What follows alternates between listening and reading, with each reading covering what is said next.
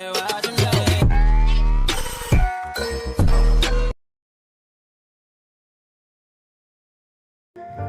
गांव में टुनटुनी चिड़िया अपनी माँ टूनी के साथ रहा करती थी।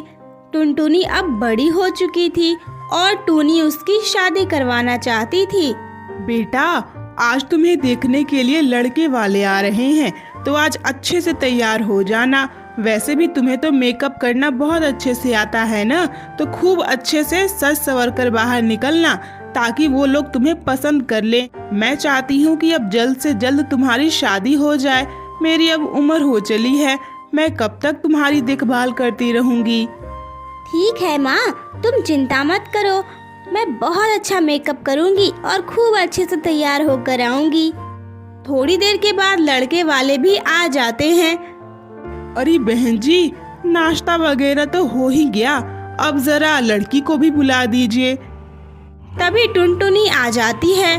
टुनटुनी को देखकर लड़के वाले का मुंह खुला का खुला रह जाता है। अरे बहन जी, आपकी बेटी टुनटुनी तो बहुत ही ज्यादा सुंदर है। मुझे तो आपकी बेटी बहुत ज्यादा पसंद है। मैं इस रिश्ते के लिए तैयार हूँ। ये तो आपका बड़प्पन है बहन जी, लेकिन आप जरा अपने बेटे बबलू कबूतर से भी पूछ लीजिए, क्या उन्हें मेरी बेटी पसंद है। हाँ आंटी जी, मुझे आपकी बेटी बहुत पसंद है। मैं शादी करने के लिए तैयार हूँ। हमें कुछ नहीं चाहिए, कोई दहेज नहीं चाहिए हमें। हम बड़े घर के लोग हैं, मेरा खुद का कारखाना है। भगवान की देन से हम लोग बहुत अमीर हैं। हम लोग तो बस एक सुशील, संस्कारी और सुंदर लड़की ढूंढ रहे थे, और वो आपकी बेटी मिल ही गई, तो अब शादी पक्की समझिए।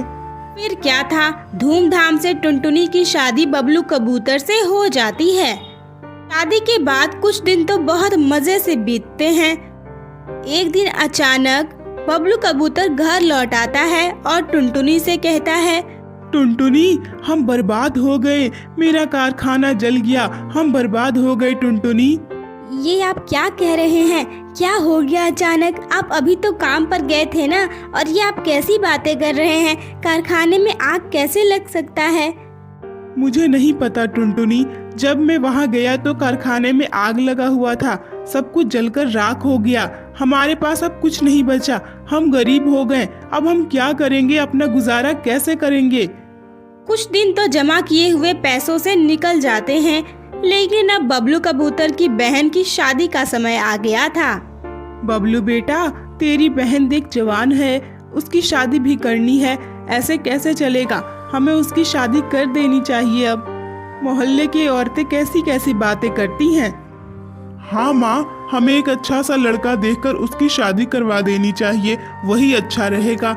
कम से कम हमारी तरह उसे तो नहीं जीना पड़ेगा ना, वो तो एक अच्छी जिंदगी जिएगी। बबलू कबूतर अपनी बहन काली कौवी का रिश्ता एक बड़े घर में कर देता है। वो बड़े घर के लोग बबलू कबूतर से 10 लाख दहेज की मांग करते हैं। अपनी बहन की जिंदगी को बेहतर बनाने के लिए बबलू कबूतर 10 लाख दहेज देने को तैयार हो जाता है। ये क्या बबलू जी, आप 10 लाख रुपए देने के लिए तैयार हो गए? अब हम इतने सारे पैसे उन्हें कहाँ से देंगे? मुझे नहीं लगता कि हमें काली की शादी वहाँ करनी चाहिए। वो लोग अच्छे नहीं होंगे, तभी तो वो लोग इतना ज्यादा दहेज मांग रहे हैं। नहीं नहीं टुनटुनी, ऐसी कोई बात नहीं है। मैं उन सब लोगों से मिल चुका हूँ, वो लोग अच्छे हैं। लेकिन आजकल के ज़माने में बिना दहेज की शादी होती ही कहाँ है। वो तो हम लोगों ने बिना दहेज की शादी कर ली ना, हर कोई थोड़ी ना करता है। तुम फिक्र मत करो, काली वहाँ बिल्कुल खुश रहेगी। वो सब तो ठीक है बबलू जी, लेकिन हम इतने सारे पैसे लाएंगे कहाँ से? टुनटुनी, मैं जा रहा हूँ साहूकार के पास, उससे उधार ले लूँगा और कुछ समय बाद पैसे वापस कर दूँगा। मेरा काम फिर से चलने लगेगा तो पैसों की कोई कमी नहीं होगी, तुम चिंता मत करो। इसके बाद बबलू कबूतर साहूकार के पास जाता है। साहूकार जी, मुझे अपनी बहन की शादी करनी है, इसके लिए मुझे 10 लाख रुपयों की ज़रूरत है। आप मुझे उधार पे पैसे दे दीजिए, मैं कुछ समय के बाद आपके पैसे वापस कर दूंगा। ठीक है बबलू, ये लो 10 लाख रुपए, लेकिन हाँ, मुझे इस साल के अंदर सारे पैसे वापस चाहिए। मैं तुम्हें 1 साल का समय देता हूँ, 1 साल में तुम मेरे सारे पैसे वापस कर देना, समझे? इसके बाद बबलू कबूतर अपनी बहन काली कौवी की शादी धूमधाम से करवा देता है। अब 2 महीने बीत जाते हैं। साहूकार के 2 पक्षी टुनटुनी के घर पहुंचते हैं। बबलू चलो, तुम्हें साहूकार जी ने बुलाया है। तुमने अभी तक उनके पैसे वापस नहीं किए ना? चलो, उन्होंने तुम्हें बुलाया है। ये आप कैसी बातें कर रहे हैं? साहूकार जी ने तो मुझे 1 साल का समय दिया है और अभी तो बस 2 महीने ही बीते हैं।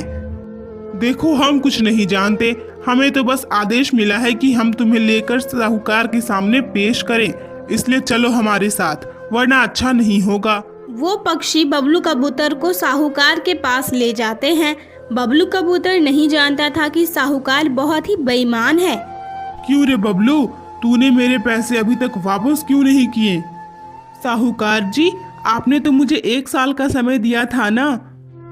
1 साल का समय नहीं तो मैंने तुझे कहा था कि 2 महीने में मेरे पैसे वापस कर देना, और तूने कहा था कि तू वापस कर देगा, लेकिन तू तो अपनी शक्ल तक नहीं दिखा रहा मुझे। तू मेरे पैसे लेकर भाग गया। साहूकार जी, ये आप बेईमानी कर रहे हैं, ये सही नहीं है।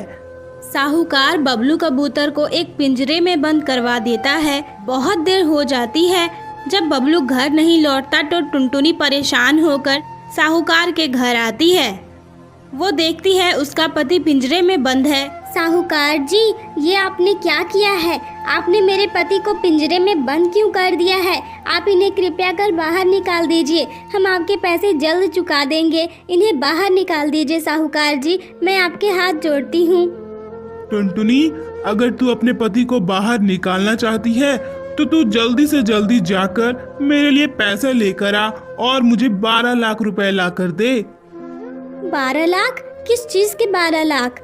आपने तो मेरे पति को 10 लाख रुपए दिए थे ना, आपको 12 लाख रुपए किस चीज के चाहिए? आप तो बेईमानी कर रहे हैं। ऊपर से आपने कहा था कि 1 साल के अंदर आपको पैसे चाहिए, लेकिन अभी तो 2 महीने हुए हैं और आपने मेरे पति को ऐसे बंद कर दिया। देख टुनटुनी, ज्यादा मत बोल।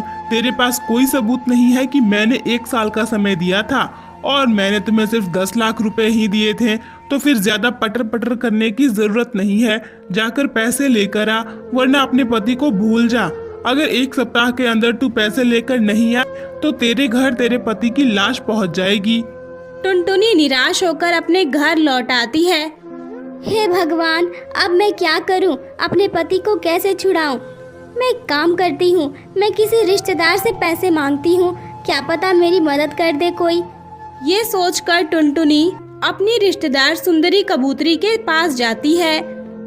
सुंदरी बहन, मेरे पति को साहूकार ने पिंजरे में बंद कर दिया है, वो पैसे मांग रहा है, आप मुझे पैसे दे दीजिए, मैं आपको जल्दी वापस कर दूंगी।